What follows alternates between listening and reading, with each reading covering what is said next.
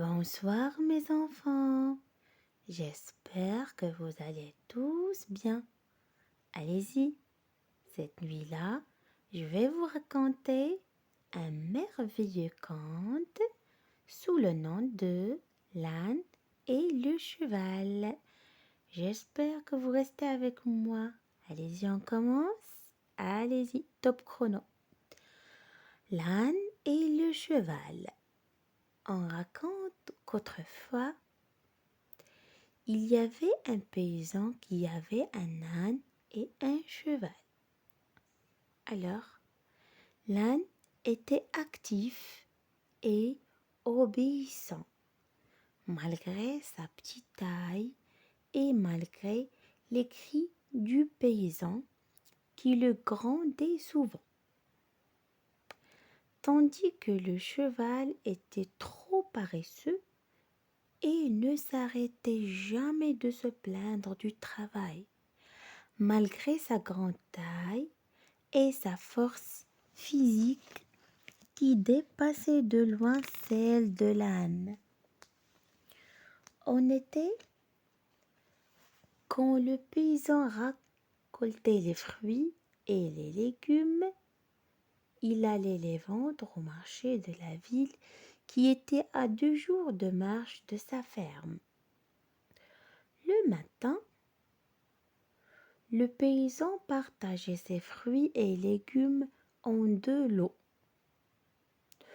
Le premier était un peu lourd pour le cheval, tandis que le second était moins lourd pour l'âne.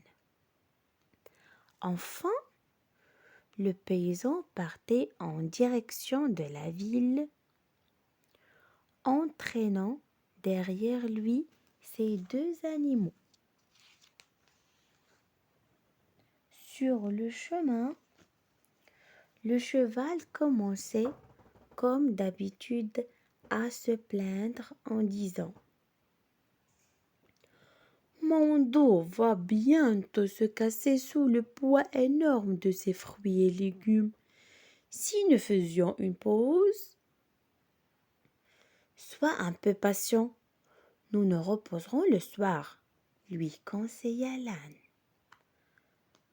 Alors, le cheval se disait: Il dit ça parce que sa charge est beaucoup plus légère que la mienne. Le soir,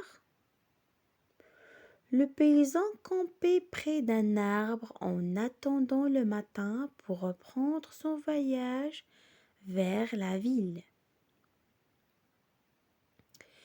Après avoir mangé, tout le monde se couchait, sauf le cheval, qui attendait que le paysan et l'âne dorment pour se faufiler et échanger sa charge par celle de l'âne.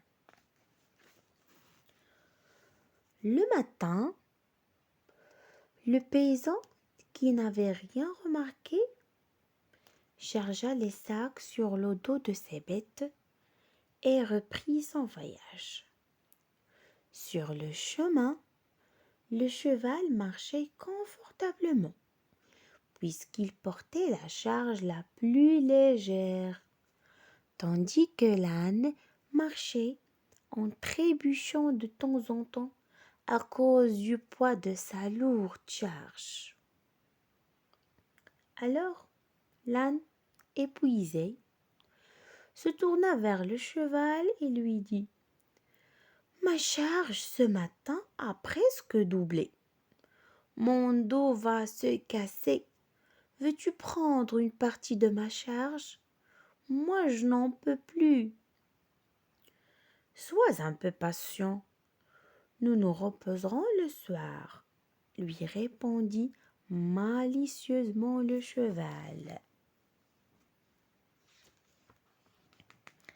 Le pauvre âne marchait péniblement.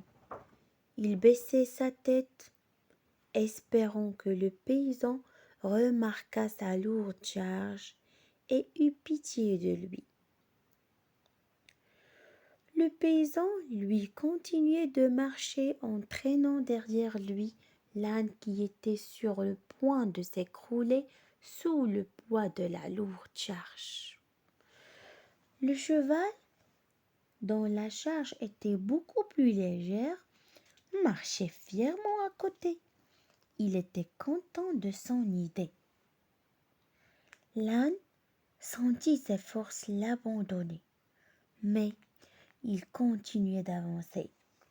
En tirant la langue, il espérait que son maître s'arrêterait pour le laisser se reposer un moment. Mais le paysan, n'ayant rien remarqué, avait hâte d'arriver à la ville pour vendre ses fruits et légumes. L'âne marchait en trébuchant de temps en temps. Finalement, il tomba par terre. « Mon Dieu, pauvre bête, je veux te débarrasser de cette lourde charge !» cria le paysan.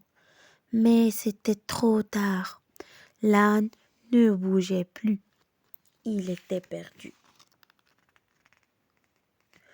Le paysan, très affecté par la perte de son âne, réfléchit un instant. C'est inévitable. Il faut charger toute la marchandise sur le dos de cheval, se dit-il. Sans perdre de temps, le paysan chargea sur le dos du cheval les 2 sacs de fruits et légumes. Il marchait très vite, traînant derrière lui le cheval trompeur qui commençait déjà à regretter l'absence de l'âne. Eh ben, c'est fini le conte.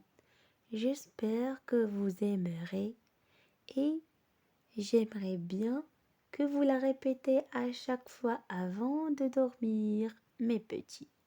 Bon, c'est un conte, comme vous l'avez vu, nommé L'âne et le cheval. Donc, il raconte quelques événements qui sont passés entre un paysan et les 2 bêtes qui l'aident à prendre et à apporter ces légumes et fruits pour aller les vendre au marché ou bien au souk.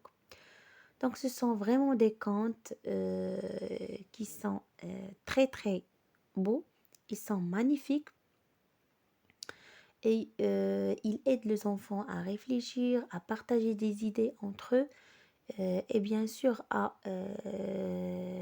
construire des phrases, à former des textes, des paragraphes, à s'habituer à faire des productions écrites pour les aider, bien sûr, à vie, ainsi que pour les examens. Donc la collection de ces contes, c'est collection des petits contes qui emportent l'enfant dans l'univers merveilleux des contes universels.